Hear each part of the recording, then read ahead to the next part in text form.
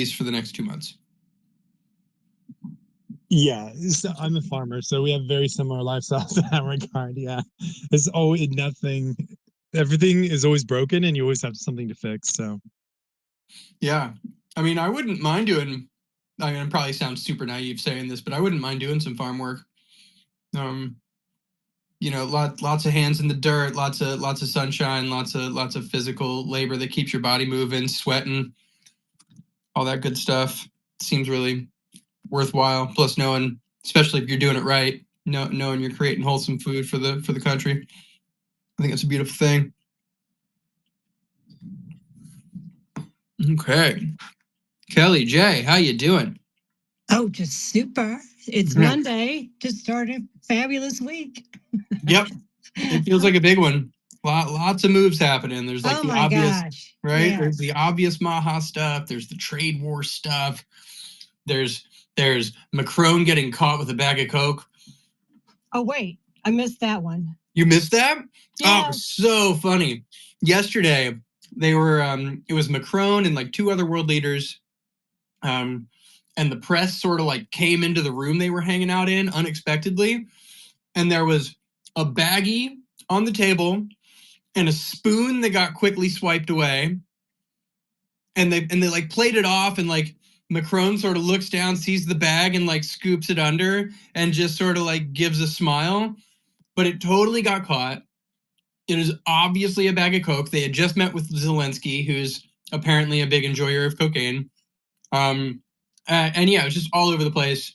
And I think it's hilarious because, like, I personally don't care that much that they're doing Coke. I care that it's illegal and that any average person would get the book thrown at them for doing it. But so many professional people do it. I have loads of professional friends, and I have seen a key or two, you know? Like, but there's a time and a place, right? Not there. Well, I mean, for me, it's more the double standard.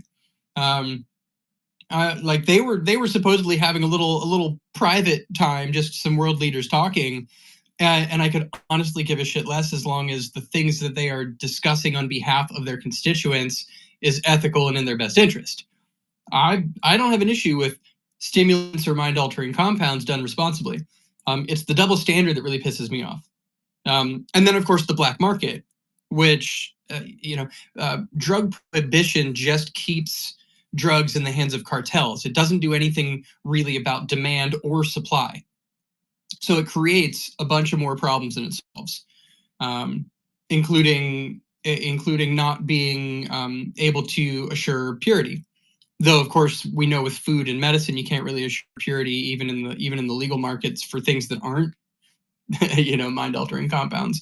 But it's worse with the black market because you're buying it from like Stewart down the block, and he stepped on it after the guy above him stepped on it after the guy above him stepped on it. So, there's a lot of problems with the illicit drug market, and I really don't have beef with world leaders doing mind-altering compounds. They probably should be doing some mushrooms or some ayahuasca, but well, as long as they don't have the finger on the nuke button, right? As long as it's checks and balances, and as long as there's a double standard against the rest of the public. No, I get that. Which I think You're is ridiculous. right. Yeah. So are we streaming? Absolutely, we are. Okay, I'm glad everybody heard that. Thanks. Yeah. Wait, what? Oh, I didn't even think about that. Well, let's see what YouTube does with that information. But we are. Oh, hey, X Live, huh? Yep. No, it's great. I don't mind at all. That's not an opinion I hide. My beginnings of grassroots organizing were actually with ending the war on drugs, and I still feel very, very strongly about that. Well, yeah, I don't think that they're really going to give two poops about it, but on there. So we are in X Live and QUX TV and Rumble and Pilled and Kick and YouTube. You're the best. Love you guys. Yep. So hey everybody, welcome to the Monday MAHA, our weekly check-in on the MAHA movement. I've been sad a little bit, honestly, because I miss Wednesdays and Fridays. Every time we have these conversations, it feels good. It feels productive. It feels like a really nice place for us to get together and talk about all these things. But some things happened, and I've really got to be on the grind right now. And it was hard to keep up with having good topical fresh stuff and always have a guest or whatever. So we backed it off to Mondays, and it's funny because as soon as we did, it seems like every week, huge stuff. So we've got plenty to talk about today. Let me just review some of the things I sent to Christina in the back channels. So I think the big one, like there's a couple of big ones, but like the really big one that just happened yesterday is that Trump has cut the pharmacy benefit managers out of the loop for pharmaceuticals. And this is going to cut drug prices for Americans by like 30 to 80%. And this is huge because regardless of how you feel about pharmaceuticals in general or the pharmaceutical industry, on top of all the problems with that, you had these parasitic middlemen that were jacking up the prices and basically running a bunch of Americans into bankruptcy because they can't afford their drugs, or jacking up the insurance costs because the insurance would cover it. They would pay the pharmacy benefit managers however much they decided to charge them, and then that would just get dispersed throughout our premiums. He also did this thing with it. Well, let's get into that a little later. I just want to go through a list real quick. So there's the new drug prices executive order, huge. There is the FDA and the CDC recommended a pause in a certain vaccine in individuals over the age of 60 because of reports of certain negative health impacts. So this is another example. You know, we've got the autism study. We've got the requirement for placebo-controlled studies going forward for all new vaccines. This is one more example where this whole vaccine industry, we're taking a second look, we're taking a step back. It's not all happening in a single day, but we keep getting signs that Bobby and Trump is supporting Bobby to be serious about this, and we're taking steps to address any potential problems with vaccines in general. Let's see here. We've also got we've got Bobby, Dr. Macri, and Dr. Bhattacharya, and Dr. Oz laid out their vision for the future of HHS. We'll get into that thread if we have time. And then, of course, there's a controversy with Casey Means being nominated for Surgeon General.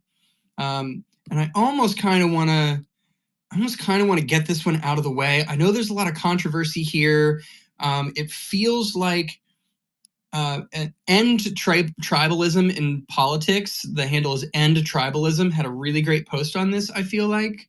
And I kind of want to read it verbatim because I don't have a lot to add, and I feel like it was the even-handed approach. And it talks about some of the sort of, there's several different sides to the MAHA movement, right? People that prioritize different aspects of making America healthy. And I think some of this is coming in there. Some of this is coming in, like Bobby said, as sharks smelling blood in the water and trying to create a wedge and maximize the controversy, sort of flare up any potential differences we might have with each other. So let's just kick this off real quick. I'm going to read this post by End Tribal in Politics. And if anyone has some really strong thoughts about it, we can talk about this for a little bit, and then we can move on to something else. So check this out. The Casey Means chaos in MAHA this week didn't surprise me. This is End Tribal in Politics. It was a tipping point that had been building for a while. This wasn't really about Casey herself. See, MAHA has two main factions. One believes the top priority should be vaccines. The other believes it's food. And I even see this just as a side note here in our little Club MAHA community. Casey clearly represents the food side, which is why many supported her appointment while others were upset. This divide exists at every level of the movement, this difference between whether you believe food's the most important and like vaccines and pharmaceuticals are more important. Many in the medical freedom space, especially those focused on vaccines, have been fighting for years without a platform. They saw RFK as one of their own and believed they were finally going to have a seat at the table. So far, they feel ignored. The Casey appointment became a breaking point after weeks of pent-up frustration. Personally, I feel like that's a purity test, right? We've seen moves towards, the placebo-controlled studies and all this other stuff. It's just not enough for the people who are extra freaked out on the vaccine side. Anyway, back to this post. I've supported Casey because she's a huge improvement over the original pick. I don't even remember who that was. And the fact that Maha's pushback got Trump to reverse course on that original pick shows the movement has real power. That should be seen as a win. But the movement needs both sides. MAHA isn't a political party. It's a movement that makes it powerful, but also fragile. I've experienced this in other movements, by the way. It brings together people from different backgrounds and perspectives. That diversity is a strength, but it also means it can easily fall apart. This is what I mean about like sharks smelling blood in the water. They know there are different factions within MAHA, and if they can create that wedge and get some folks to just be like, yep, screw this, and they can amplify that, then it does real meaningful harm to the work that we're genuinely doing together, and frankly being rather successful, especially compared to any administration we've had in recent memory. Both food and vaccine reform matter, but we also need to be realistic. Trump still holds the power, and he calls himself the father of the COVID vaccine. I believe RFK is having hard conversations behind closed doors, but in public, he has to be strategic.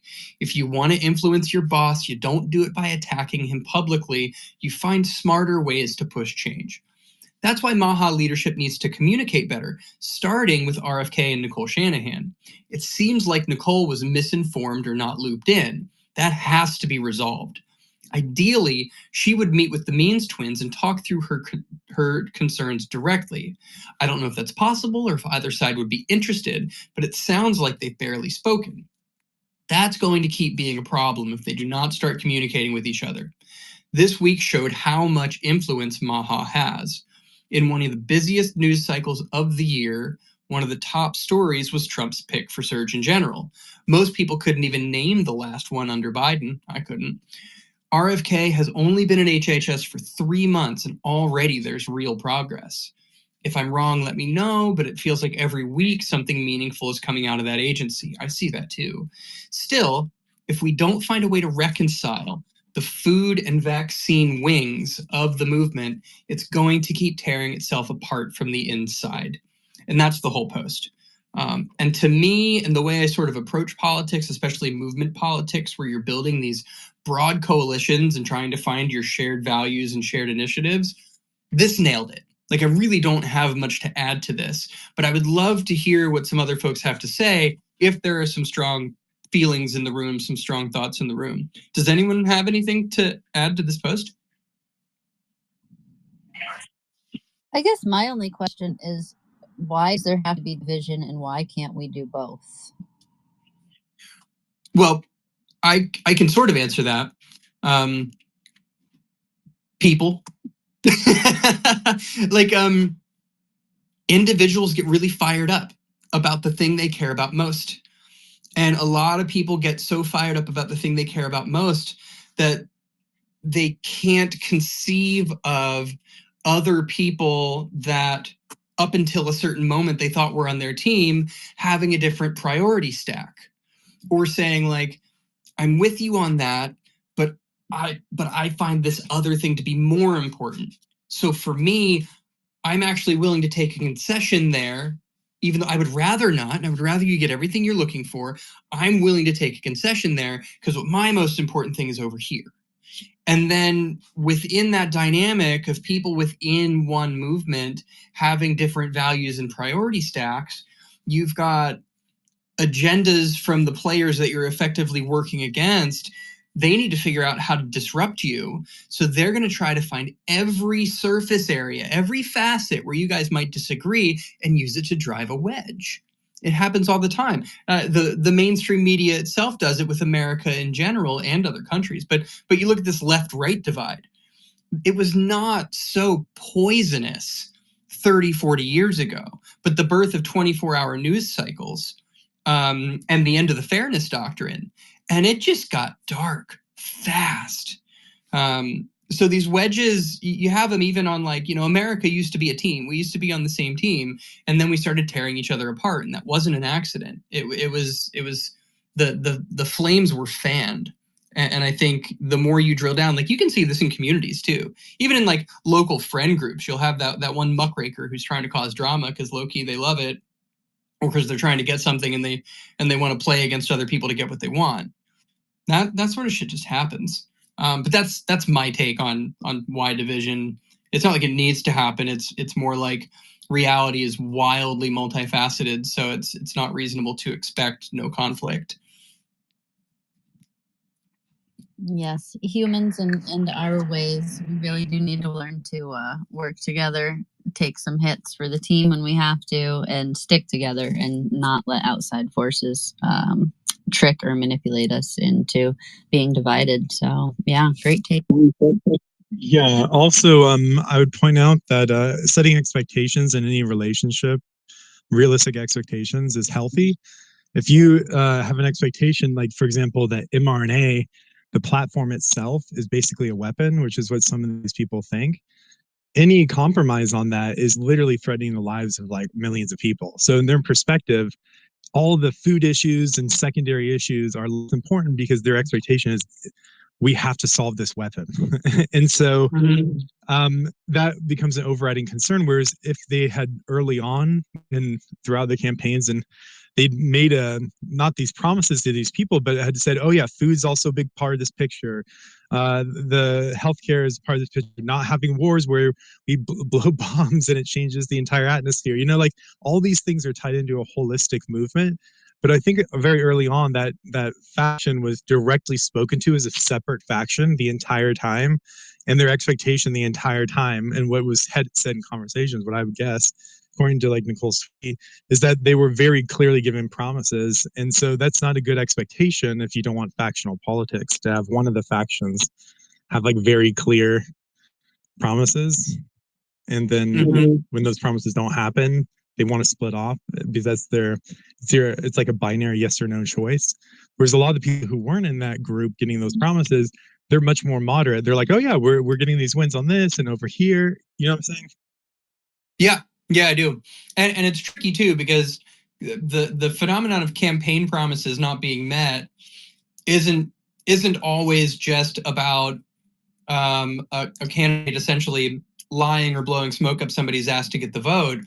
You get into power and you recognize the dynamics are just not that simple. The level of power, both overt and discreet, with these industry players, it's intense, man. I mean, they've got half Congress in their pocket. They've got relationships with the president. The owners of these businesses also own many of the other businesses. You look at the BlackRocks and the State Streets being plurality owners in basically every publicly listed stock in the country, if not the planet. So you get into office and you have to recognize that, as cliche as this sound and as frustrating as this may sound, it's a chess game and it's multidimensional. And you can't just go straight at these things and take them down day one generally. And not to go into like the Israel rabbit hole, but a lot of people who think that Trump is maneuvering in such a way as to address a perceived Israel problem, also sort of recognize he can't just go straight at it, if in fact that is happening. I don't know. But yeah, John, how you doing, man? Nice to see you. Hey, good to see you. I was going to just talk a second about Levi, about what Levi was saying. And I know he probably didn't mean when he said some people perceive that mRNA is bad. I'm a guy that lives with the effects of mRNA from COVID. Yeah. Well, John, real quick, what Levi said is that some people feel mRNA is a weapon. And I'm not going to, I'm not going to say that I do or don't believe that. I hold a lot of space for the fact that it might be. I just wanted to make sure that sure, and I appreciate I appreciate you letting me know. I do believe it's a weapon. I believe it's a bioweapon.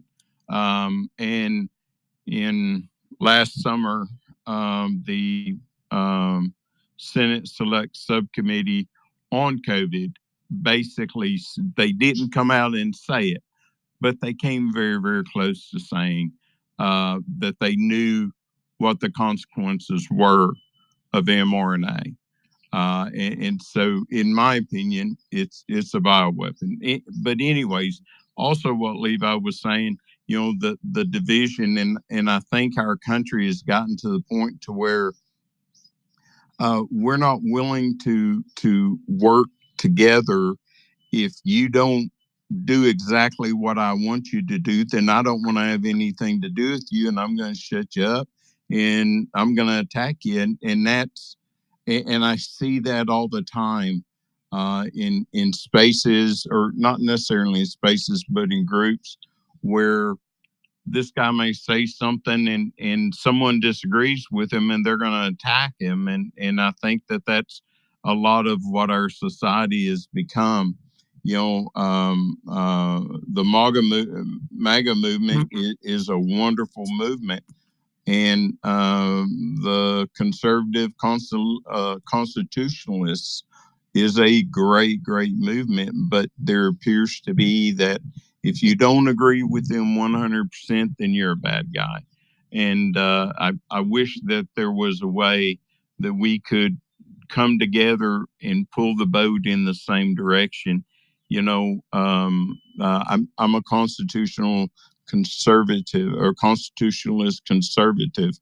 I believe the Constitution is the law of the land, period, end of discussion. Some people in the MAGA movement, or some conservative Republicans, may think differently, and that's okay. That we can agree to disagree, but it's the vitriol that comes with it, and I don't know where that's come from, but I'm seeing it more and more every day, and it saddens me, because if 77 million people voted for Donald Trump last November, if those 77 million people stayed together and demanded things from our Congress and worked as one body, I think we could get a tremendous amount of things done. But people aren't willing to do that. If it doesn't provide, if it's not specific to their cause, then they could really care less about it. And it is frustrating, and I wish that we could get back to a scenario where we kind of all pull in the same direction. And I'll land my plane. Thanks so much for letting me. I appreciate it, man. I really do, and I agree with you. It's super frustrating as a lifelong movement guy. I've experienced it, and I do think it comes back to the fact, like, even like the 77 million you're talking about, they didn't all vote for the man for the same reasons. In fact, some number of millions of those folks voted for Trump as a protest vote against the Democrats. It might not agree on, like, with constitutional conservatives on much of anything. So that's tough. But if you zoom out a little bit, what we have in this world is a coordination problem. It's not like we lack solutions. We lack a streamlined way of figuring out where we agree, and then putting other things to the side, at least within the context of working together on the things we agree on. The whole social media landscape is noise. So, we might identify 2 or 3 or even 10 things we agree on, and so we'll work together, but then I'll see a post about something we totally disagree on, and all of a sudden I got a totally different view of you. And that's not how I play, but it's how a lot of people do play. And we've got to figure out a way to figure out where we agree with each other, and keep the other things off the plate within the context of working together on things we share. Because otherwise we're shooting our own asses, you know what I mean? We're shooting ourselves in the foot. Why wouldn't we collaborate to get the things that we want together, even if it means we're going to have some hard conversations on the side or afterwards? And I just think it kind of goes against the interests of a lot of very powerful people in industries and systems and dynamics to facilitate that for us. So we can't really expect the communications platforms, the financial platforms, etc., to facilitate that kind of coordination for us. I've been hoping we see those sorts of platforms come up from other directions for a long time, but then you have the network effect problem. Someone could come up with a perfect platform, but without venture capital backing and $1 billion in marketing, how do you get a bunch of people to use it? How do you get it to scale? Still haven't seen that nut crack yet. Hey, Questionable Gardener, what's up, man? What's going on? Yeah, you're talking about the controversy. I think it was Nixon had a great comment and said the problem with the American health system is there's as many opinions as there are doctors, and there's as many problems as there are people. Because if people quit eating the junk food and dies, the corporations would stop making them, and if people stopped taking the vaccines, the pharmaceuticals would stop making them. So as many doctors as there are prescribing and as many people that are eating the crap. And he said the solution to the American healthcare problem is to create more pharmaceuticals. So you're never going to solve the problem until you fix the people. Everybody's going to be passionate one side or the other. Wow, it was Nixon? I think it was Nixon, yeah, surprisingly.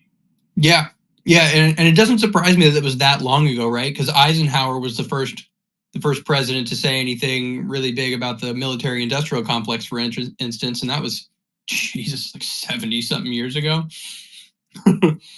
Yeah, it's pretty wild. We have a lot of work to do, you know, and a lot of it, like issue advocacy, yes, there are all these issues, and for any issue you pick, you can find a bunch of people that agree with you. But to really work effectively, to do what John was talking about, pull the boat in the same direction, there's a lot of human connection. There's a lot of emotional connection. We actually have to recognize that the people on the other side of this space, or the other side of a post in the comment sections and the news, they're human beings. And I think enough of us that are also sort of in these grassroots political organizing sort of spaces also have to do some deep work to expand our empathy and expand our care for other people. It doesn't mean that if someone is actively working against the things you believe in, that you say, oh, go right ahead. But just recognize people are people and practice caring about them as human beings, especially if you find them on your team for any given issue. Because if you can have some interactions with them and they're good interactions, and you realize like, hey, this person's all right, and sort of lean into that with your feelings, with some give a shit, it's a little harder for that to all be knocked down just because they have one or two opinions that diverge from your own. And with the real human connection, you know, it's like you might not get along too well with your uncle, but he's still family. I try to feel that way about pretty much the whole human race. It's not easy, but I do think it's important. You know, the whole like left versus right divide, though, that is so fear driven. I mean, but I've had to take some serious ego hits and some serious insults. But then I'm finding now I'm starting to see a little bit of a turn in the tide where people that I was still gentle with, even when they were, you know, throwing boo at me, they found an interest or a topic where they are having a little bit more curiosity. And now some of the messages in my inbox are, well, I did see this. And what do you think? Like, well, what's going on with that? Like, is that really going to happen? And, you know, so I'm starting to see as things are rolling out that slowly some people are coming along.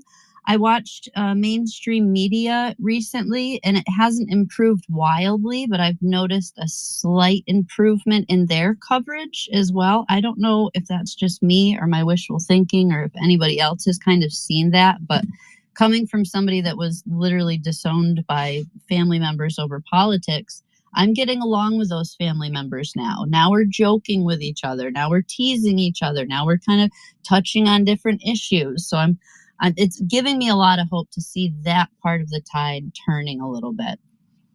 And you're saying that seems to be coming in tandem with the vibe and the message from mainstream media shifting? I don't know if I would attribute it to that. I feel like mainstream media kind of woke up a little bit. Again, a little bit. I'm not going to give them too much credit. And I wouldn't. Yeah. But I mean, before I was just seeing straight fear mongering, not covering both sides, like just like clear bias. And now I went over to my father's house, and he has it, you know, he plays it pretty much nonstop. I don't know how anybody lives like that. But as I was watching, I was noticing that they were starting to cover the other side a little bit more. But no, I attribute it more to like, I mean, huge news today that Trump and the team kind of, to me, it feels like they took pharmaceutical industries almost head on with this. Like, this is I did not expect to see something so bold against the pharmaceutical industry this soon. And so and so I'm kind of wondering, as people see, maybe they will see some of their drug prices fall. Maybe they will start to see some good progress with this team work fashion between Bobby and Trump and everybody. And so maybe they will start to be open to coming to the table and having more of the important conversations and feeling more empowered. Just my hopes. And yeah. Yeah, totally. And we'll get into the drug prices thing in a little bit. I think we might spend a little more time on that than anything else today. So I want to save it for last of the things I actually have here on my list. But I agree with you, and I definitely don't give the mainstream media much credit. If at the end of these 4 years we elect another milquetoast Democrat or Republican that's in corporate pockets, I fear that most of this stuff will be reversed, and and everyone will go back to the same old tricks. Like, we need to make meaningful change that can't be reversed. And ideally, we uncover a bunch of fraud and corruption that sends some very rich and powerful folks potentially to jail in ways that meaningfully and sort of semi-permanently changes the dynamics in these industries as a whole. Levi? Oh, no, I'm just wondering whether this will require Congress and not just an executive order. That's what I was wondering. To be permanent, probably. I appreciate a lot of the moves. I'm getting some reverb from you, Levi. Yeah, I appreciate a bunch of the moves, not all the moves, but I appreciate a bunch of the moves that the president is making. But it does seem like doing a lot of it through the executive order process means that it can just be reversed in the next presidency. And that's clearly a concern. So I'm not really sure if anyone else is a bit more of a constitutional expert or understands how the checks and balances work. But yeah, it does seem like a lot of this stuff needs to go through the Congress, but Congress is the opposite of progress, and they can't seem to do anything. I want to say absolutely. I'm sorry.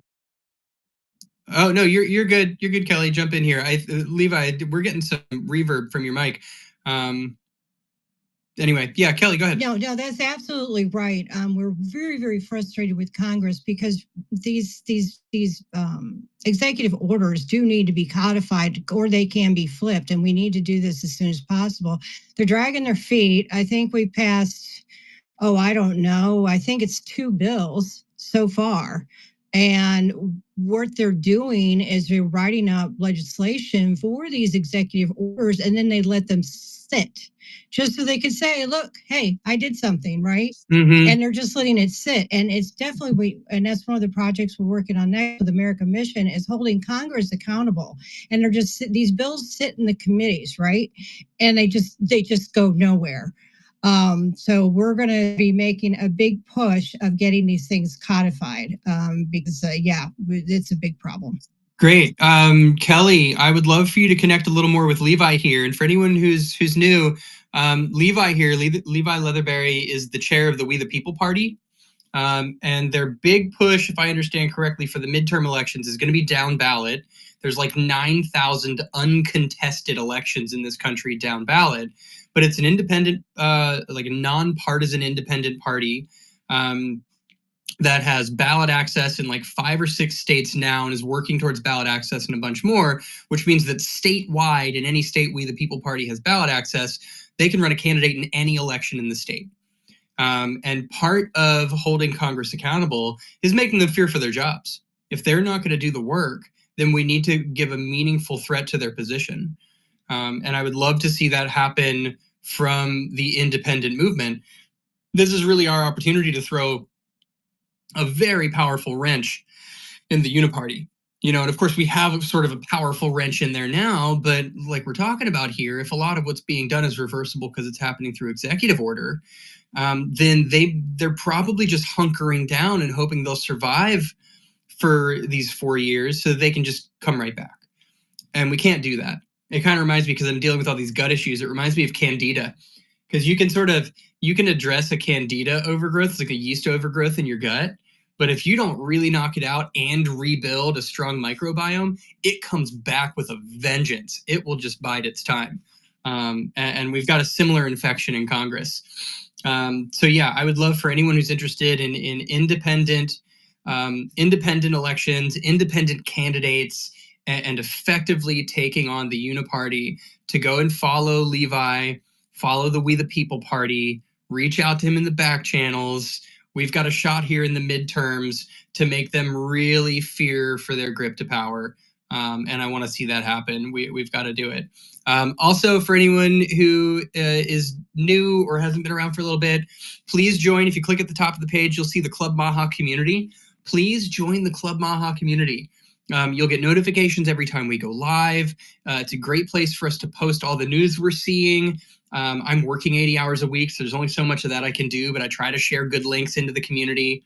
I've also been sharing my process in healing my gut. I'm working with this awesome account, Cooking with Chris, here on X to heal my gut, and I'm doing that all publicly. So I'm sharing my triumphs and my challenges and my frustrations, and I'm also doing all of my consults with him, my phone consults, as spaces, so that people can sort of witness the process and hopefully be inspired to take charge of their own health. So please do join the Club MAHA community. We'd love to have you. And we are trying to grow this. This will also be one of the many places where you can keep tabs on this independent electorate movement. And I hope Levi keeps hanging out with us and pushing forward with us. So let's see here. Where should we go from here? Could we get a couple updates from Levi on things? Sure. Levi, you got anything, bud? Yeah, absolutely. We're expanding out into a few more states. We got, when you get a voter file, in some of these states, they give you a list of all the candidate positions that aren't announced. So there's what people think is on the ballot, and then there's like a whole nother universe of jobs, of thousands of jobs in just one state. And so, you know, and they're paid, quite a bit of them are paid, and that's why they're not announced. So it'd be like, the vice chair of the roadkill association. You're like some insane position you've never heard of before. Like it's like dog catcher, mosquito control commission. Yeah, there's all these positions like that, and they're impactful in our communities, and they can help us make a whole new ecosystem of speakers by a lot of these local and state agencies have the ability to do speaker fees. So if we have like MAHA candidates and we want to fundraise for them, they can go and speak on MAHA issues, or are on issues that they think are important, about like clean rivers and our food and stuff like that. And then they can go to a food or the agricultural departments or these agricultural things. Because they pay for speakers all the time, like tens of thousands, hundreds of thousands of dollars. And this is how the Democrats and Republicans get their war chest, besides just direct donations. They get it from speaker fees. And there's no ecosystem right now for independents to do that. So if you're challenging the status quo in any way on any topic, you're not going to get speaker fees.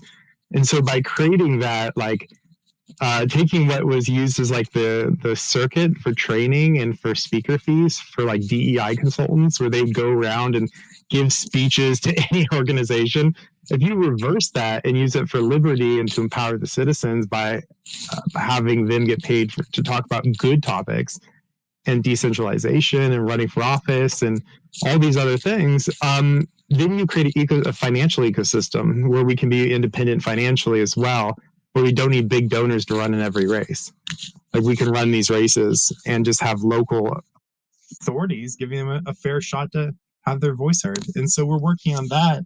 In addition to, we have a few new partners around the country for doing local action in the community and for reaching out to candidates who have a service background or who've worked in their communities in another capacity, being called to action to run for office. So that's awesome, man. And look, all politics is local, especially when you're talking about air, water, soil, and food. This is city, county, state level. And yeah, there's a bunch of national issues with that too. But if you have a coal-fired power plant in your backyard, that's a county and state issue. And maybe if you've got a good EPA that actually cares about clean air, water, and food without burdensome regulation, then you might have an outlet there at the federal level. But this is state stuff. And the way I kind of look, one of the ways I kind of look at all these local seats, even the dog catcher and stuff like that, this is your farm team, to use a sports metaphor. You get a bunch of great people in these positions and doing good work, and then you get them into the city council or the county executive. You get them into the state legislature, and they keep doing good work. And then you get them into Congress, or you get them in as lieutenant governor. You know what I mean? We build with this local fabric of service-oriented people taking on very accessible and competitive positions, getting the speaker's fees and all that stuff. And you build from there. And then you get a congressperson or two. One day you get a governor, a senator. And before you know it, you've got a real national party that can run real national elections. So I love it. I was so glad when Levi found us. One of my favorites, man. I'm so glad you're here. Please connect with Levi. Tico, good to see you, buddy. How you doing? Yeah, Damo. Hey, hi, everybody. Kristen, thank you for having me. Awesome space today. Super high fidelity information. So, Levi, follow your intuition on that. I think recognizing that money is an incentive is going to serve you well. And the key there with that particular incentive and that model is that if we can actually drive more people to advocate those ideas and those concepts and generate revenue and wealth for themselves, there's actually a common interest that follows, which is what I wanted to highlight today, which is the health thing. Because health is personal, it's individualized. Everybody has it until they don't, and that's the whole point, is that health component could be just enough to get people who don't have a financial incentive to participate, which we need, and we need to build that model and raise that money and encourage more participation there. But what I want you to sort of hone in on or target on is the risk profile. And I talk about this all the time, is that if we actually apply MAHA models to risk assessment compared to conventional systems or conventional processes, we can actually prove with data that what we're advocating reduces that risk profile.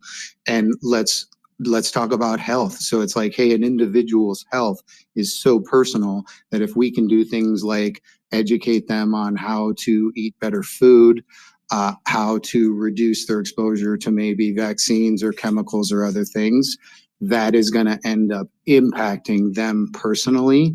So all of a sudden we end up kind of building the herd through that advocacy and that self-interest. And I think, whether it's you, Damo, any of us here, when we talk about, the things that we're passionate about or the things that maybe earn us a living, if we end up communicating to each individual as a unique, potential, call it comrade or whatever you want to call it. It's like, hey, you guys can actually build very large and galvanize very large amounts of people very quickly because people are looking for those solutions. And if you connect it with that personal experience, I think a lot of the times you'll end up getting more people to jump on board. So thanks, Damo. I appreciate you.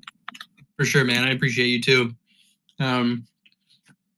Yeah, it's wild. When Levi told me there were literally thousands of elected positions around the country that are literally unopposed, it's such a huge opportunity because you have people in all these communities that are probably already doing good work and want to do more good work.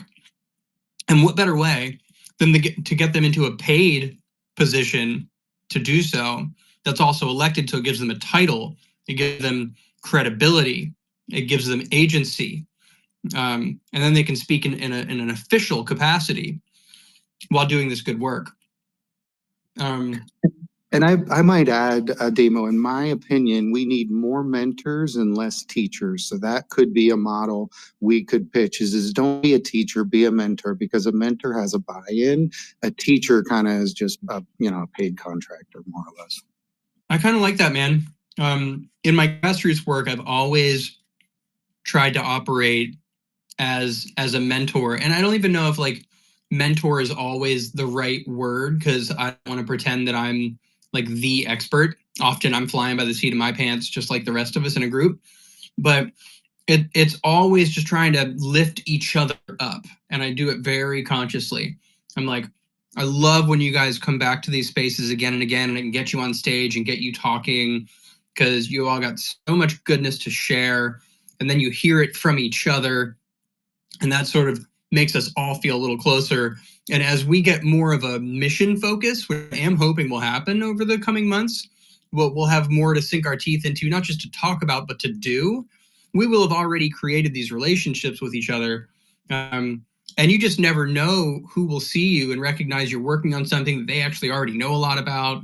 Like Johnny Paradise comes in here all the time, and he does a bunch of like farming and gardening. We've got ranchers in here, and it's awesome.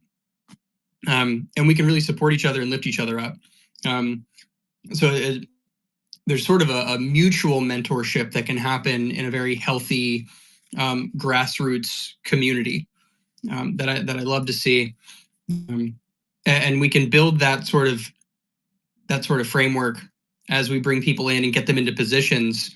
Because like, let's say you got the dog catcher spot, but you've been in it for 2 years and now you're ready to go for a city council or a county executive or something like that, and you get that. Well, why not mentor somebody into the role you just vacated and start creating a pipeline, start creating a chain, right? This is sort of, I assume, how the major parties work. When the state legislature, like we had Jamie Raskin in Maryland, who was actually a great ally for us in the medical cannabis campaign. I know we probably have mixed feelings about him these days, but he was a state senator for years, and he actually seemed pretty great. And then eventually he kind of got tapped by the party and said, "Hey, we want you to take the Congress spot for your district." He had been in state. The party saw him, chose him for the next level up. We can sort of do that in a decentralized movement sort of way. Like the way the We the People Party works, I believe, is that each state is rather autonomous. And even within that state's own party, it's the members of the party, not the leadership of the party, that chooses who the candidates are and what the platform is. But it's still a similar dynamic. If that party becomes influential in the state enough that it can successfully run congressional campaigns and whatnot, and has people in the state house and has people down ballot, well, now they can start identifying people for roles when they bring the person that's currently in that role up to the next level. And it's just super powerful. And we've not gotten there yet, but I totally believe we can. Yeah, I love that sentiment, because I mean, a lot of times, some of these professions, some of these jobs aren't actually that hard. It's just a lot of us have not imagined ourselves as a politician or imagined ourselves with a government job. And so if we did have, a circle of friends or people kind of handing down those trades, just to know that like, oh no, it's not that hard. It's, I do this is my routine. And then you're like, oh wait, I could totally do that. Yeah. So much of the problem, I think, is just identifying yourself as somebody that, totally could be capable of that. If somebody else can do it, so can you. Yeah, I mean, it might be naive, but I would love to get to the point where people would take on these positions and still not think of themselves as politicians, right? Like the original elected officials were still farmers. they still had great responsibility in their land holdings, and they did public service to set up and operate a new nation. And I feel like, and I don't think this is a very novel idea here, but when politician became a career unto itself, that became a real issue. Then it became wildly corrupted. And not to say there was zero corruption before. I don't know. I wasn't there, but yeah, when it became like you could aspire to be a politician and that was just the gig, that was probably an issue. Yeah, Tico. Yeah, if we look at it more in the context of stewardship, because yes, I love that word. I love the word stewardship.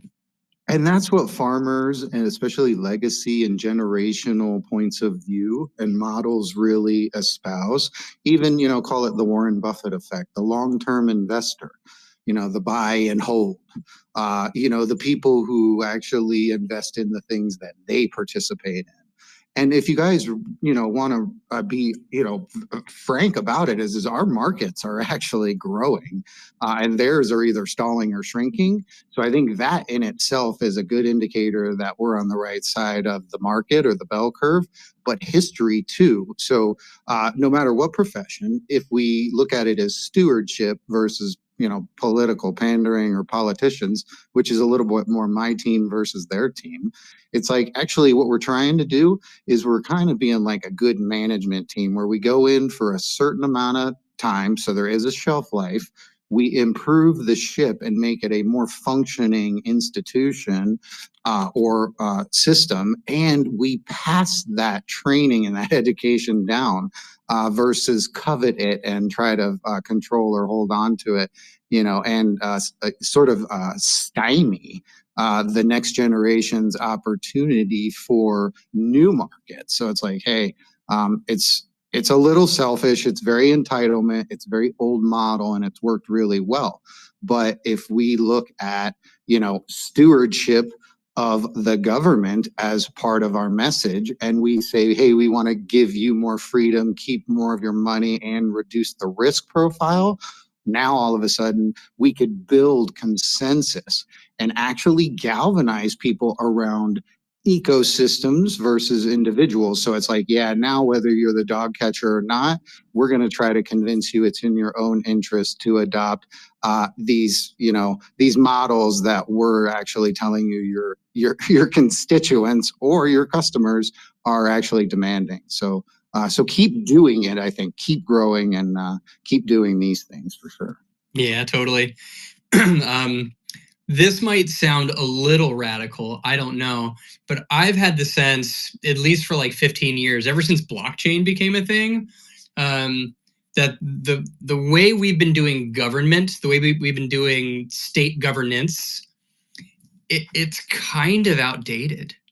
Like, I don't even know how to say this properly, but the bureaucracies and the agencies and all this stuff, it's not actually the most efficient or effective way to organize a population. And that's not to say that we have figured out what the new in this modern tech-oriented world way is, but I feel like it's totally on the table. And like, I've known a lot of people in my grassroots time that are very like smash the state, like burn it down. I've never been one of those types. We really, like, I've been more of a Buckminster Fuller type. The way to replace the system isn't by fighting the system, it's by creating a new system that makes the old one obsolete. And I'm just praying that while we're doing this work in good faith and good spirit to improve what we currently have, incrementally, essentially, that we're not ignoring the opportunity to make leaps and bounds. We went from the Wright brothers flyer to the moon, supposedly, in like 50 years.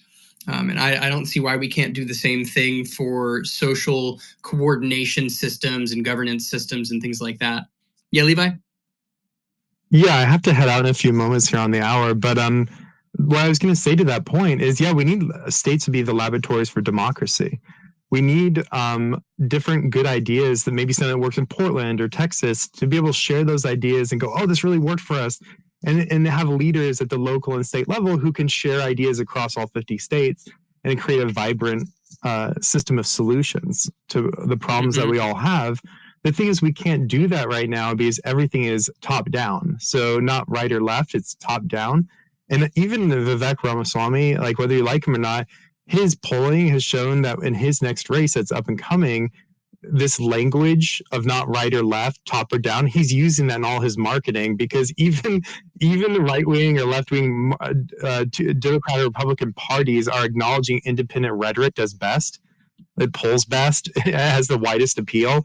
And that unifying people across party lines for issues is the future of where we're going. Just because the majority of people are not registered Republicans or Democrats, you have to stop using that partisan language if you actually want to get to a tipping point. So even though we're not straight up winning races right now, independents are already an important part of the formula. And if we can leverage that at the local level and use this as like a leadership range where we push on leadership, even if we don't win, we can still create little lobbies in all these communities for the people, and to have the top 5 things they care about represented at the mayoral level, the state senate level. And by recording the top 5 things in every county and in every city and every state, you now have an organic 50-state coalition of ideas, a marketplace of ideas, literally, where you can leverage what works and what doesn't work. But today, without a decentralized system, there's no way of sharing ideas because everything's top down, everything's siloed. And I think cutting across that is where independence can really make a difference, because we're perfectly suited for going between these existing silos. Totally, man. Yeah. Thank you so much for joining us, man. I hope to see you again next Monday, and we'll keep talking in the back channels. It's been great collaborating with you, brother. Yeah, I totally agree with what Levi just said. It's interesting too, because there are things like the Council of Mayors and stuff like that, but they feel so, I don't know much about how they operate now, but they feel so perfunctory. Like, it exists. I'm sure they talk, but how much cross-pollinating of ideas actually happens outside of sort of the government Overton window of what's even acceptable to consider. And it's really frustrating. Yeah, Tico? Damo and everybody, I recommend, after what even Levi just said, watching Tucker Carlson's interview of the lady who was the former CEO of Sallie Mae, because she talks about that with respect to finance, and that hour and 45-minute interview will open everybody's eyes to how the finance world works from an insider's perspective, who is the CEO and on all of the boards, because you can actually see in the interview kind of the call it the metamorphosis of what Levi just described, which is more independent oriented, is more consensus building and solution focused. And if we can get people like that to recognize some of the things that we're saying at the grassroots level, that is a huge win for us. And so I highly recommend everybody to go to that Tucker Carlson interview. Tico, can you find that link and throw it up in the nest for us? I absolutely can, and I'll do Thanks, it right bro. now. Appreciate that, man. Yeah. So moving on here a little bit, I just want to run through this American values thread about Bobby, Macri, Bhattacharya, and Dr. Oz talking about their priorities and whatnot for their agencies. And then we'll probably finish out the hour talking about this drug prices thing. And by the way, most of my topics I've been getting for these spaces the last few weeks has just been from American Values page, because they do such a great job every day of posting great MAHA related news updates and sort of like controversy perspective and things like that. Excuse me while I'm chewing. I take a few hours out of my 11 hours on average a day of working to do these spaces, and I kind of have to cram lunch in here too. So we got this post from American Values, and it was it's basically a recap of the Fox News interview that Bobby and Bhattacharya and Macri and Dr. Oz did. And it opens up with an interesting thing from Bobby that I was just talking about in our sort of like grassroots movement context.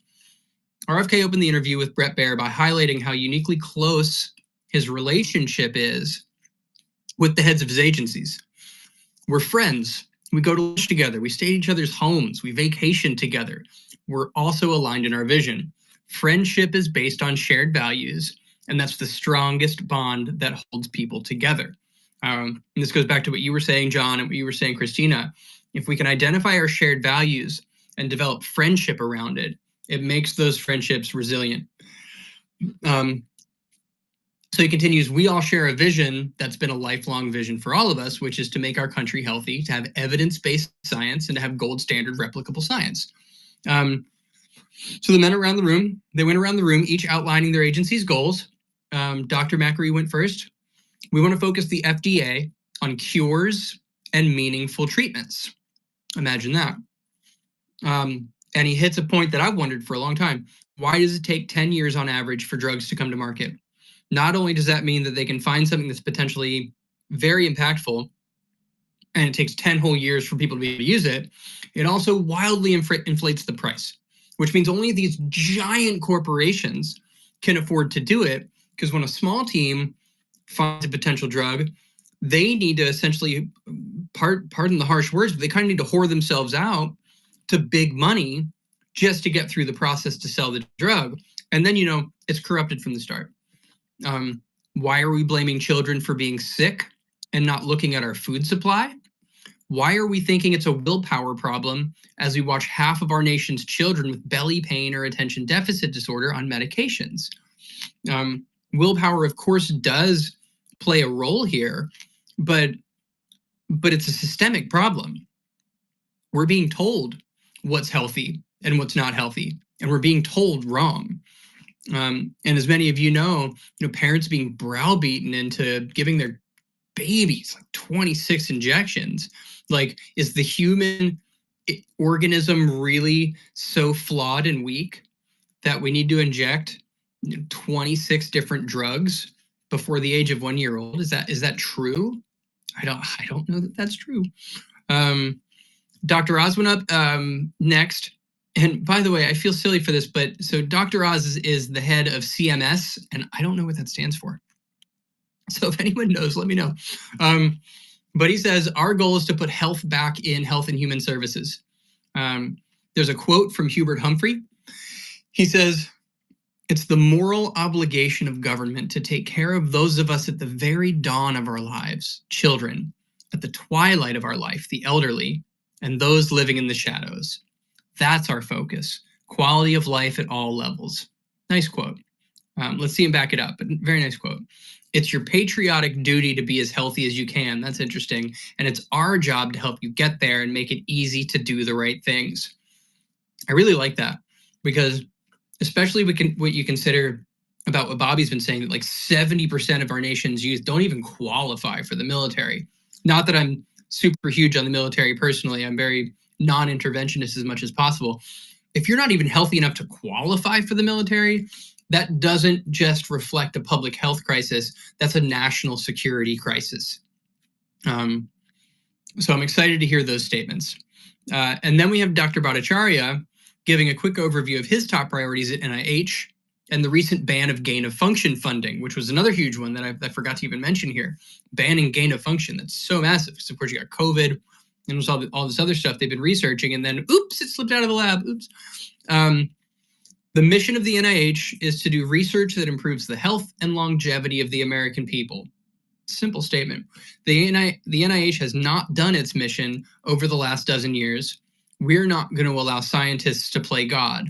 What the president did by signing this order is he said, no more, we're not going to have another lab-generated pandemic on my watch. So that's awesome. I just want to back up and repeat. The mission of the NIH is to do research that improves the health and longevity of the American people. And how many of us feel that that's been happening? I would imagine most of us here do not believe that was happening. RFK closed the interview by expressing his support for President Trump's recent Surgeon General nomination. Not to rehash this, but I'll just read through what Bobby says here. Casey Means, we felt, was the best person to really bring the vision of MAHA to the American people. She wrote a book that really mobilized the movement. She was the very top of her medical class at Stanford. She is excellent. She has excellence in everything that she's ever endeavored. I don't know anything about whether that's true or not. She walked away from traditional medicine because she was not curing patients. That's a sentiment I can absolutely respect. She couldn't get anybody within her profession to look at the nutrition contributions to illness, which is insane. She said, if we're really going to heal people, we can't just be making our life about billing new procedures. We actually have to figure out new approaches to medicine. Hell yeah. And that's the kind of leadership that she's going to bring to our country. And regardless of how we feel about her nomination, we can all hope that that's true, right? That she's going to bring that perspective to the position. Super important. So that was just a quick read through of of that thread on their priorities for these offices. Now let's go ahead and get into this drug thing. We've got a little under an hour left. And let's see. Which one did I want to read? I wanted to read Lauren Lee's post because it talks about the pharmacy benefit managers. Lauren Lee does a lot of great stuff with American values, and a lot of her posts are really worth diving into too. So I recommend giving her a follow. So I'm going to read through her stuff. Please get on stage, raise your hand, ask questions, spark discussion. Right now, I'm just sort of offering information, but I love it when it turns into a conversation. So Lauren Lee says, massive. President Trump just cut out middlemen, insurance companies, from drug sales. These middlemen, like United Healthcare, are responsible for extorting Americans and sucking the wealth from our most vulnerable citizens. This is the most revolutionary executive order yet. Free to decide on your own. That's obviously editorial.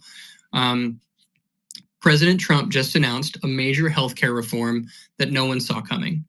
The order clearly directs RFK Jr. to stop predatory middlemen gouging. The Secretary of Health and Human Services will establish a mechanism through which American patients can buy their drugs directly from manufacturers who sell to Americans at a most favored nation price, bypassing middlemen. And she shares a screenshot of President Trump's post, which I'll now read. For many years, the world has wondered why prescription drugs and pharmaceuticals in the United States were so much higher in price than they were in any other nation, sometimes being 5 to 10 times more expensive than the same drug manufactured in the same laboratory or plant by the same company. It was always difficult to explain and very embarrassing because, in fact, there was no correct or rightful answer. The pharmaceutical/drug companies would say for years that it was research and development costs, and that all these costs were and would be, for no reason whatsoever, borne by the suckers of America alone. Classic Trump rhetoric. Campaign contributions can do wonders, but not with me and not with the Republican Party. We are going to do the right thing, something that the Democrats have fought for many years. Therefore, I am pleased to announce that tomorrow morning, which was yesterday, I believe, in the White House at 9 a.m., I'll be signing one of the most consequential executive orders in our country's history. Prescription drug and pharmaceutical prices will be reduced almost immediately by 30 to 80%. They will rise throughout the world in order to equalize this, and for the first time in many years, bring fairness to America. I will be instituting a most favored nations policy whereby the United States will pay the same price as the nation that pays the lowest price anywhere in the world. There's art of the deal for you, right? Our country will finally be treated fairly, and our citizens' healthcare costs will be reduced by numbers never even thought of before. Additionally, on top of everything else, the United States will save trillions of dollars. Thank you for your attention to this matter. Make America great again. So then Lauren continues, Trump has been exposing pharmacy benefit managers, PBMs, and insurance companies for years. And he's not the only one. Bobby's been talking about this. Even Mark Cuban, who, of course, has sort of a checkered relationship with MAGA and MAHA, created the website Cost Plus Drugs specifically because he was calling out these pharmacy benefit managers for extorting people who are stuck on medications. So anyway, now he's making good on his promise to disrupt them. She has another thread here. If it's new to you, I will go ahead and post that in the space. Let's see here. Did that put that up top? Let's see. Here's the TLDR. And yes, that original thread that can get you started is now up in the nest. Here's the TLDR. Instead of buying your drugs from manufacturers, you're forced to buy through insurance companies, often at 10 to 100x price hikes. It's predatory, and both sides of the political aisle have been disavowing the practice for years. You don't have to be a Republican to agree this level of price gouging should be illegal. Today's executive order is the first step towards a free market solution. Americans can finally buy drugs direct. Now, I'm assuming this still means you have to get a prescription, but then when you go to fill it at the pharmacy, it's actually coming from the manufacturer, not from the pharmacy benefit manager. RFK Jr. is now responsible for directing this new system. I look forward to seeing how they set up this new regulatory framework to protect Americans. Comment with your thoughts. Sometimes the most progress is hidden in the fine print. Today we got a major win. So yeah, I think this is awesome. Obviously, I don't think it actually goes into effect like overnight because Bobby's got to set up the regulatory framework. But this is, I'm sure, something that Bobby absolutely prioritizes, and I'm hoping to see this happen very, very quickly. Does anyone have any thoughts on this? I would love some feedback or interaction. This was a very huge move.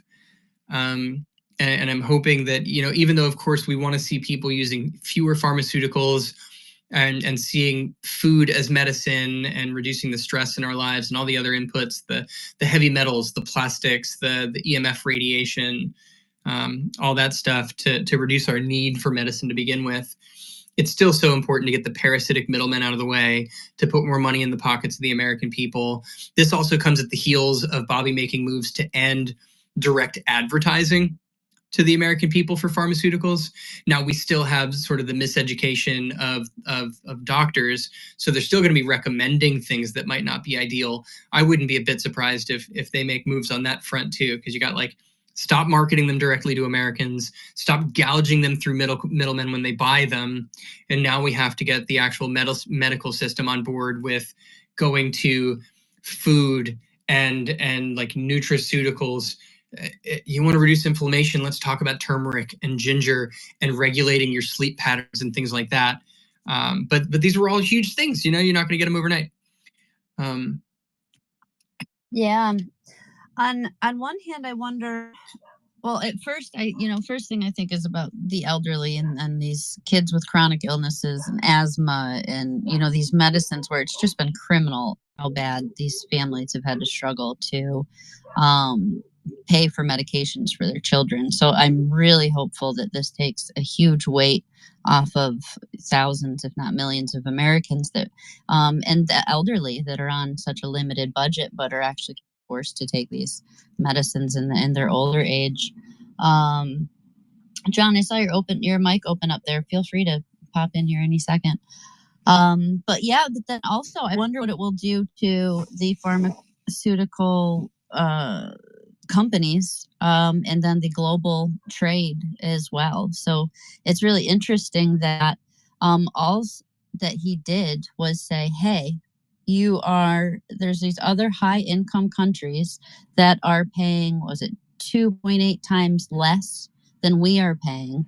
And so basically we just want to be on level playing field and compete with those international countries.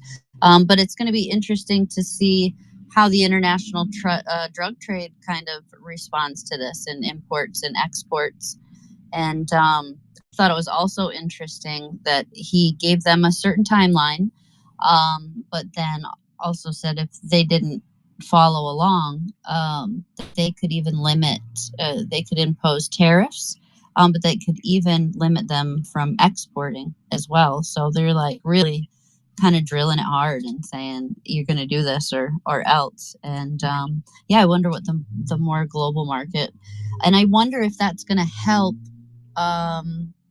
disincentivize pharmaceuticals in any way. I wonder if they'll shift and move now they see that their gig is a little bit, I'm super curious about this too, right? Because like one of the most interesting things that could happen is the drug prices don't rise around the world.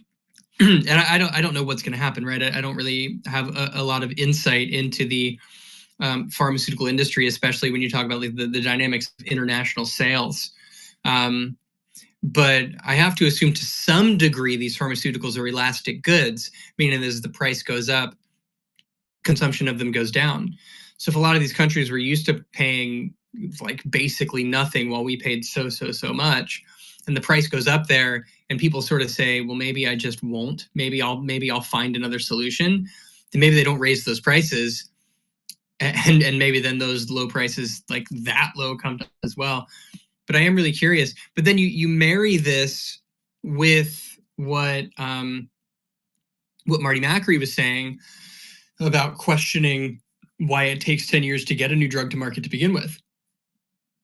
And if you can reduce the amount of time it takes while focusing on gold standard science, then in theory, not only does it cost less to bring a drug to market, so that further erodes the argument, oh, research and development, that's why you have to charge so much, which of course was bullshit, but like that's why they have to charge so much. Well, now it doesn't cost so much. Not only does it not cost so much, so they lose that argument, but if it's faster and doesn't cost as much, there's a lot more room for competition. So potentially, the highest of ethical teams could potentially fund through the highest of ethical investors, the highest of ethical pharmaceutical products, and be able to afford the time it takes and the risk it takes to get it through the FDA process. Because it's not just the cost, right? It's the fact that you could spend hundreds of millions of dollars and be 8 years down the line and then find out it's not going to work and have to give up and go back to the drawing board. And all that money was sunk cost. You know, for a ginormous mega corporation, that's just a tax write-off. But for these smaller teams and potentially smaller investors, that could be everything. So it needs to be easier, not scientifically, but bureaucratically. It has to be easier and faster to get these things through the process. And so that plus most favored nation and cutting out the PBCs, PBMs, it's a major shift. And then you talk about Bobby fixing the food pyramid, right? He's coming out with the nutrition guidelines, paring down Biden's 500-page recommendations down to like 3 pages. That'll probably just be like, eat whole single ingredient foods that aren't loaded with pesticides. And I'm like, you know, people are all up in arms about this Casey Means thing that might not even be a problem. And meanwhile, there's a massive reorganization going on here just in the first 3 months of our health regime and our healthcare regime here in this country. And I'm just, I remain wildly optimistic and actually very, very happy. Not perfect. If you were expecting perfect, you set yourself up for disappointment. You did that. But there's been a lot of good here, and it's still very fresh. That like every week they're coming out with something worth being excited about, worth being grateful for, and worth staying together in this movement to organize around candidates that are going to make sure that the stuff is codified rather than just being executive orders and at the whims of an agency that can have its leadership changed in 4 years and everything gets tossed out the window. If we really want to make these changes permanent and get more changes, we have to dig in. We have to get more committed to this, not frustrated every time something isn't perfect. And I understand how difficult this is, especially for folks that might have been new to organizing or paying much attention. They never had much hope before. Now they have hope. Now they're excited. And then they see something they don't like and they're like, oh, I was lied to. And like, it's real easy to get thrown off the horse. Real easy. But if we care about this stuff, it has to be worth fighting for. And I don't really like military metaphors all that much, but you can lose battles and still be winning the war. And there are no wars, especially when you're the little guy and you're fighting against the most entrenched and powerful interests on the planet. There's no such thing as winning this war without losing some battles. It just doesn't happen. It's unprecedented. So I think we're doing a wonderful job. I think we're getting a lot done very quickly. And I think the more we can stay together, the more friends we can make, the more we can identify our shared values and our shared objectives, the more powerful this gets. So please, please, please do not let single or even a few here and there disappointments disillusion you from this movement. Don't let loud accounts with big followings throw your emotions around or sway you too much about your opinions. And frankly, one way or another, right? If they're breathlessly telling you how wonderful something is, you know, it's cool to agree that it's good, maybe even very good, but don't assume they're absolutely right. And if they try to tell you that everything was bullshit and you've been totally lied to and it's all fake and we're being sold a bill of goods, don't believe that wholeheartedly either. It's almost always somewhere in the middle and hopefully a little closer to what we want, right? And the more effectively we can organize around it, the better we'll do. Yeah. even in small communities, you know, you can even see it here on XSpaces. The little groups will form, and then there'll be these little factions that occur, and it usually results because of ego. But typically, the person that is being divisive or drama hungry or whatever, that's the person to be a little bit wary of, right? So we have to kind of like take these lessons we learn on small scales and see division and that divisiveness more or less as the enemy, and kind of stick with the unifiers and add extra support for the people keeping us together and driving forward and focused on our mission. We can't take it for granted, because, you know, that's another thing that happens. You make a little bit of progress and you're like, woohoo, like you said, we won the battle. But nope, we still have the war to think about, guys. You can't take it for granted. We can't break off. We got to stick together. We've got to stick together. 100%. And I'll be curious to see what the pharmaceutical industry's reaction is going to be to this as well. You know, are they going to lobby harder? Are they going to try to pick off the weak people and try to, you know, turn them into their little pawns? You know, are they going to be sneaky about it? Are they going to go full force? I'm really curious to see what their reaction is gonna be here to all of this. Yeah, you know, because of the amount of money and power and influence they do still have, you know, they're losing in this administration, but they have enough money to weather a single presidency. So part of me, my gut just says they're doing the best they can to hold this stuff back, but in the meantime, they're doing their best to take Trump's mandate away in the midterms, and especially in 4 years. Because they have enough money, they can afford to weather 4 years. They do. So that's why it's so important. These midterm elections, critical. If we don't still have MAHA represented in a plurality, if not a majority, in the elections at the midterms, it is very questionable how powerful this continues to be going forward. And that doesn't mean we don't keep fighting. It doesn't mean we don't fight even harder, but it does mean those midterm elections are the most important thing over the next year and a half that maybe we can be focusing on. And I mean, like, part of focusing on that is focusing on what's happening now. These every week, major announcements coming, big things happening, changes in how science is conducted, changes in the regulations around vaccines and things like that. Because as we're tracking these things, even the Monsanto immunity bills, right? Like, someone just put something across my desk that that in the federal farm bill, immunity might be codified. That's horrifying. It's terrible. And ideally, we can do something about that, because we're fighting at the state level, and, you know, we've lost a couple of states. We've held off a couple of states, but not proactively won those states. But if the federal level passes immunity for Monsanto and these pesticide creators, I don't know what the next step is.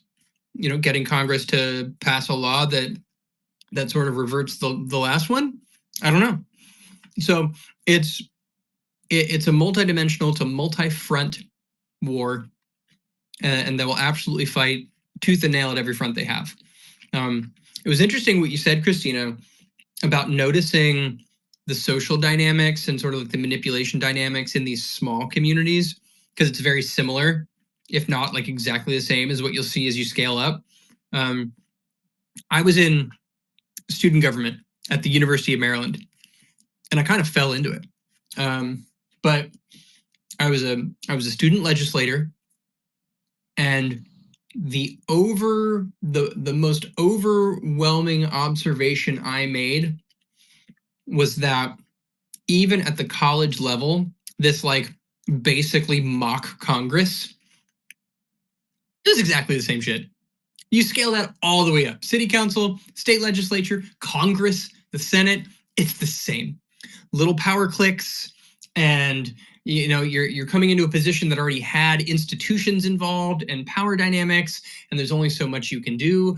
Or conversely, you are told, and at every opportunity they try to get you to internalize the idea that there's only so much you can do, and if you internalize that idea, it by default becomes true. It's all the same, all the way up the scale.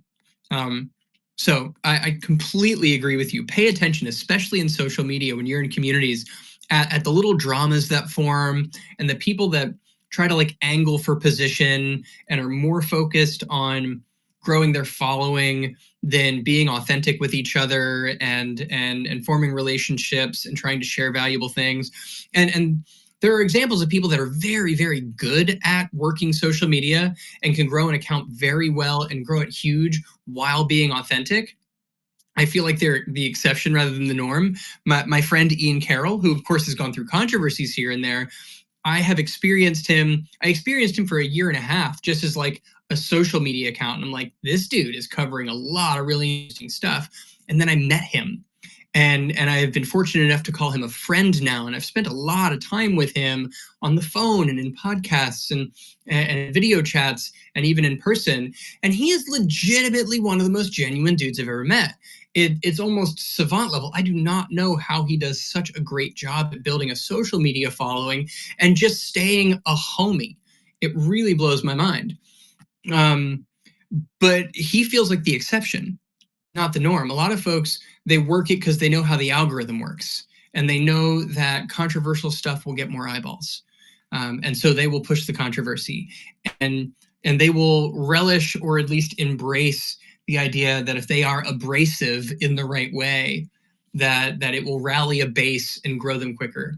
And those aren't, for me, those are not the accounts that I respect the most. I saw one recently, and I won't call them out by name, that was really big behind Bobby and really big behind Maha and just really huge. And over the last few weeks or so, he's literally disavowed the whole thing. Like, yeah, this sucks. And I'm assuming it's because he was first and foremost and primarily a vaccine concerned voter. And I respect that. That's totally fine with me. But then even with these moves that have been made, the requirement for placebo-controlled studies and a bunch of these other things, he saw 2, 3, or 4 things that at least on the surface disappointed him. And he's like, this is bullshit, I'm out. And pardon my French, but to me it just came off as being a whiny bitch with unreasonable expectations. But he has a huge following. And I find that really destructive because he doesn't have, as far as I know, a background in grassroots organizing. He got into all this stuff with the Kennedy campaign and grew a giant following and does a bunch of spaces. And now he's all pissy and he's out because what's been happening doesn't pass his purity test. And it's terrible. And I think it really threatens the movement when the movement is mostly organizing on social media, and someone like that can sway a lot of people's opinions. Yeah, it's so important to post and to point out. And on the opposite side of things, I mean, I remember when Obama came into office and I had such high hopes. Yo, candidate Obama was the shit. President Obama sucked. But, and I do remember having kind of this idea in my head of, oh, wow, okay, wait, if you're in that position, you have to make a lot of compromises. And so I was letting him get away with, appointing Vilsack, the month. Yep. And I'm like, but I think in hindsight, looking back on it, I think I did cut him a little bit too much slack. So That's fair. That's fair. But not necessarily but like when I observed Obama go from candidate to president, it didn't take long for me to be like, wait a second, what is going on here? Right? Like the extrajudicial killings of American citizens in the Middle East and all the drone strikes and the backing of the banking establishment. And at the time, I was very much an economic activist. I still consider myself one. But at the time, I was literally a co-founder and board member of a local currency in Baltimore and was tracking Bitcoin really closely. And I was straight up an economic activist. And so I was like, what the hell is going on here? And it didn't take long. But when you look at the Trump administration, especially from a MAHA standpoint, yeah, not perfect. But Bobby's kind of kicking ass. And every week there is something really big and meaningful that feels really big and meaningful. So while everything isn't perfect and some things I'm like, I don't know about that, or either I don't know about that because I know a little about that, and so this move is concerning to me, or I don't know about that as literally I don't know anything about that. So I'm seeing a lot of concern, but I don't know if the concern is either genuine and or legitimate. I just see so much good that I've got to get my unreasonable expectations out of the way and sort of track it against meaningful expectations, and it holds up. Like, to me, I'm not trying to push my reflection on everyone as like, you should agree with me on this, but to me, it all seems really powerful and like a lot of good is happening here. Yeah, I totally agree. I absolutely agree. And what it was kind of apparent to me as well is it seems like they're implementing a little bit more checks and balances across, because they're moving and shifting, who is in charge of what. And even with this recent executive order that he just signed, he mentioned that, the DOJ is going to have a role in kind of monitoring. And then so is this kind of department in monitoring. And for long-term solutions, kind of reorganizing and re-inputting our checks and balances system back in place. I think for the long run, that's going to be a great strategy. I would hate to see it take some hits as things go along the way, but I'm really hopeful, and I love seeing kind of this, again, this reorganization and this re-implementation of checks and balances. And I think that's a really good focus for everybody to have as well. So as things move forward, we'll still have these smaller departments where we can have a say and so on and so forth, kind of babysitting those things and making sure they stay and they work as they're supposed to moving forward. Totally. And look, we're in a fight. It sucks to get hit, but we picked this fight because we had to. We're going up against a bully. You can't expect to not get hit. We have to expect it, be ready for it, keep our wits about us, and keep fighting. It really is as simple as that. It is also more complicated than that, but it is also as simple as that. That's real. This is the fight of our lives. This is the fight of the lives of this nation, both in our health and a lot of other fronts in this administration. So we have to be ready to get hit and keep fighting. We have to be ready for things to happen that we're disappointed in and keep fighting for those things without abandoning our leaders when they are also doing good things. Do not, I repeat, do not throw the baby out with the bathwater. You're only harming yourself. We're never, I don't want to say never. It is unlikely we get a better chance than this anytime soon. You know what I mean? Especially if we abandon these leaders, because other people that want to fight for this stuff, if they see us quickly abandoning folks that are doing good things, but just not everything perfect, how likely are they to stick their necks out for this? How likely are the people who abandon this because it's not perfect to vote for the next person who claims they're fighting for it? Are they just going to come at it from a cynical view and say, yeah, you're just saying it like the last guy? Brandon, see you just popped up. How you doing? Let's get healthy. Hey, Damo. Hey, man. How we doing? Good, man. How you doing? Good to see you. Hey, I wanted to bring up something I heard earlier today in one of the other spaces. Sure. Is because everybody's talking about this topic, obviously, having an input on cheap drugs, and I stepped in. I'm like, well, actually, I think we're focusing too much on symptoms and not the root cause. And the root cause is we're not eating real foods. Of course. And so, whether it's politics, whether it's health, I'm always looking for a way to break through to someone to get them to open up their eyes to something different, right? For me, it was salt. Salt cured my migraines of 30 years. That transitioned me over a 3.5-year period to complete holistics, oppose everything allopathic, right? Yep. So what advice or what ideas do you have to help open people's eyes, right? Like, do we have cheat sheets somewhere? Do we have these talking points, resources? I want entry-level documents for every topic, whether it's politics or healthcare, to hand to somebody to say, like, maybe take a look at this. Yeah, man, dude, I totally hear you. And honestly, you're in really good company here. If you're not already a member of the Club MAHA community, I implore you to click that link at the top of the space here and join us. Then you can get notifications when we go live. We do this space specifically, MAHA Monday, every Monday, 2 p.m. to 4 p.m. Eastern time. And I'd love to have you back because I can tell you right on the level. I can't claim to be an expert. I'm not, but I have been in this fight for a really long time. I've also been pretty against allopathic medicine for a very long time. For me, and I mentioned this before, you probably just tuned in a few minutes ago. We were talking about the new drug stuff. For me, this move isn't about getting more pharmaceuticals in people's hands. This was about getting a parasitic middleman out of the relationship between people and their medicine. Because even though we want to get people off of pharmaceuticals as much as possible, it is also beneficial to get more money in their pocket and less of that money going to parasitic pharmaceutical middlemen.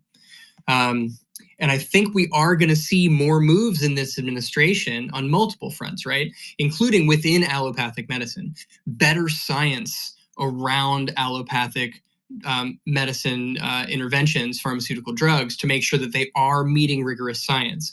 The requirement for vaccines to go through placebo-controlled studies, and if they don't actually show to be much of an improvement or any of an improvement over the placebos, well, then they just don't go to market.